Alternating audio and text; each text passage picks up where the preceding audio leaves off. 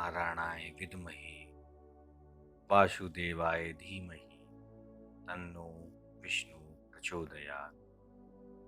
नमस्कार साथियों, पिछली वीडियो में हमने जाना कि परिवार के गृह कलेश के लिए कौन सी परिस्थितियां उत्पन्न आई और इसके साथ ही यह भी समझने का प्रयास किया कि इस घटना के लिए किसी भी व्यक्ति विशेष को उत्तरदायी नहीं ठहराया जा सकता है।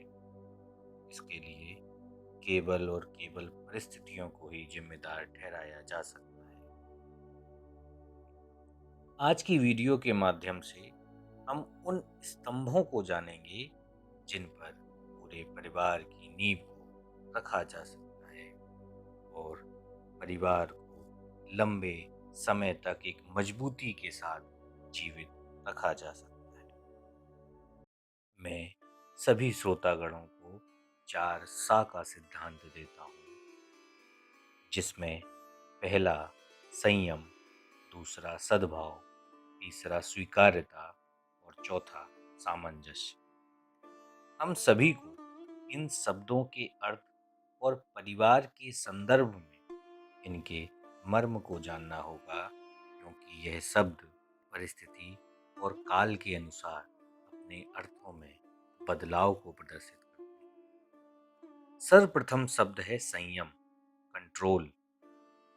परिवार के सभी सदस्यों को एक दूसरे के साथ संयम के साथ बर्ताव करना चाहिए, खासकर घर में आए हुए नए मेहमान को, क्योंकि नए मेहमान को छोड़कर परिवार के अन्य सभी सदस्य एक दूसरे के बोलचाल से, उनके व्यवहार से भली भांति परिचित हैं, जबकि नए मेहमान के लिए परिवार के लोगों के साथ घुलने मिलने का अभी जितना कठिन समय है, ठीक वही परिस्थितियां परिवार के अन्य सदस्यों के साथ नए मेहमान के प्रति है। हमारी वाणी हमको प्रिय भी बना सकती है और अप्रिय भी। आप सभी को ज्ञात होगा कि महाभारत में द्रौपदी की वाणी दुर्योधन के प्रति असंयमित थी, जिसका परिणाम सभी जानते। वहीं दूसरा शब्द है सद्भाव, हार्मनी।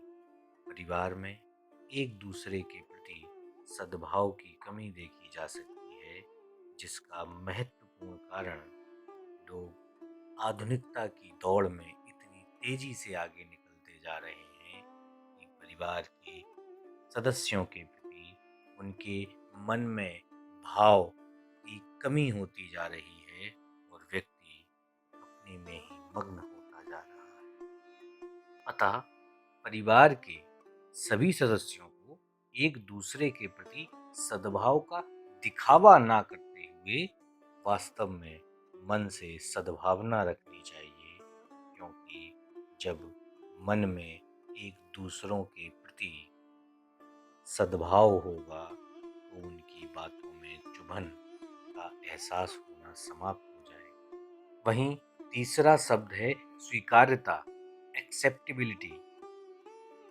यहाँ हमें यह समझना होगा कि परिवार के सदस्यों ने नए मेहमान को पूरी समाज की नज़रों में अपने घर का नया सदस्य जरूर बना लिया है, लेकिन यहाँ प्रश्न यह उठता है कि क्या परिवार ने उस मेहमान को उसी रूप में हृदय की गहराइयों से स्वीकार कर पाया है या नहीं?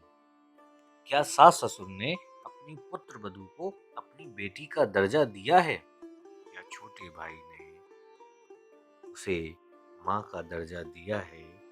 क्या बहन ने उसे अपनी बड़ी बहन माना है? क्या पति ने उसे केवल अपने अधिकार के रूप में देखा है, या अपने मित्र, अपने हमसफर के रूप में? यहाँ तो बात हुई परिवार के सदस्यों की, लेकिन यही स्थिति नए मेहमान के लिए भी है। क्या उसने अपने सास ससुर को अपने माता पिता का दर्जा दिया है, या ननद को बहन और देवर को भाई का दर्जा दिया है? अपने पति को हमसफर माना है या केवल अधिकार के रूप में स्वीकार किया है?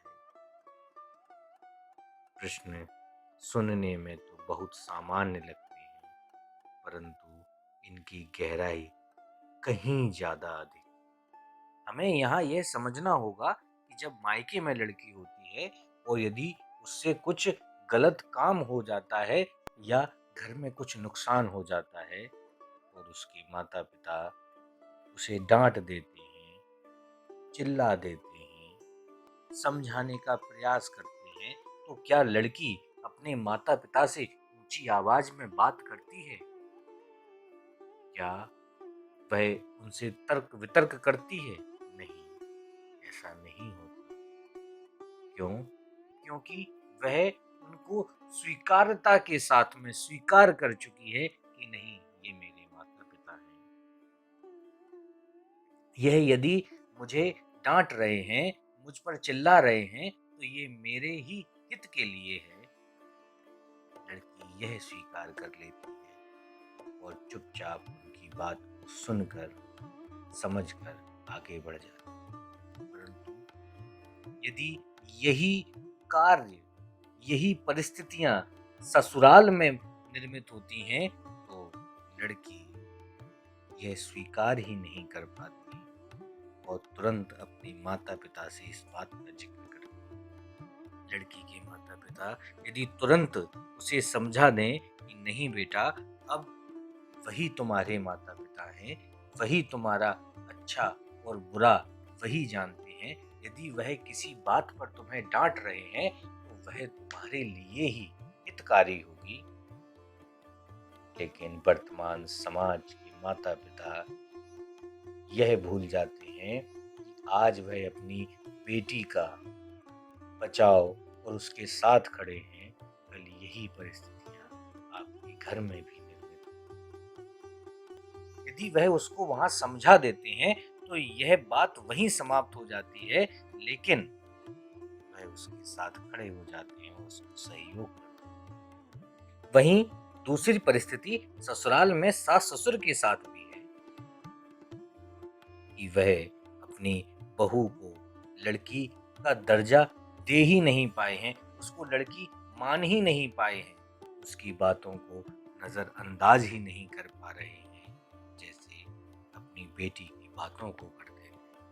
लड़का और लड़की एक दूसरे को मित्र स्वीकार ही नहीं कर पाए हैं कि दोनों एक दूसरे की बातों को नजरअंदाज कर सकें। दोनों एक दूसरे की बातों पर तर्क और वितर्क करते हैं। स्वीकारता तो परिवार के किसी सदस्य में दिखाई ही नहीं देती। वहीं अंतिम स्तंभ है सामंजस्य, एडजस्टमेंट। परिवार के सदस्यों में एक दूसरों के प्रति सामंजस्य की कमी है, क्योंकि सदस्य सामंजस्य ही नहीं बना पा रहे।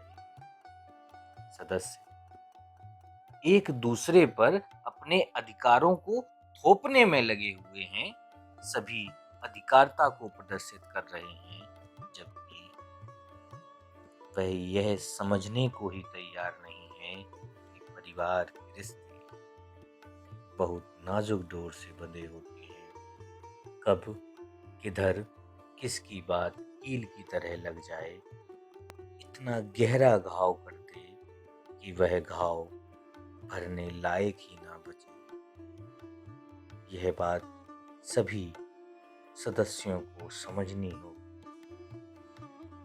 अतः मैं सभी श्रोतागणों से केवल एक ही बात कहूँगा कि यदि परिवार को लंबे समय तक जीवित रखना है तो इन 4 स्तंभों को जरूर अपनाना होगा, क्योंकि परिवार को चलाने का नियम ही यही है कि कुछ बातों को नज़रअंदाज करके, कुछ को सब्र करके और कुछ बातों को बर्दाश्त करके ही परिवार और जिंदगी को लंबे समय तक चलाया जा सकता है। अब आप लोगों को यह देखना होगा कि आपके परिवार की नींव का कौन सा स्तंभ कमजोर है या वह स्तंभ अभी तक बना ही नहीं। धन्यवाद। जय माई।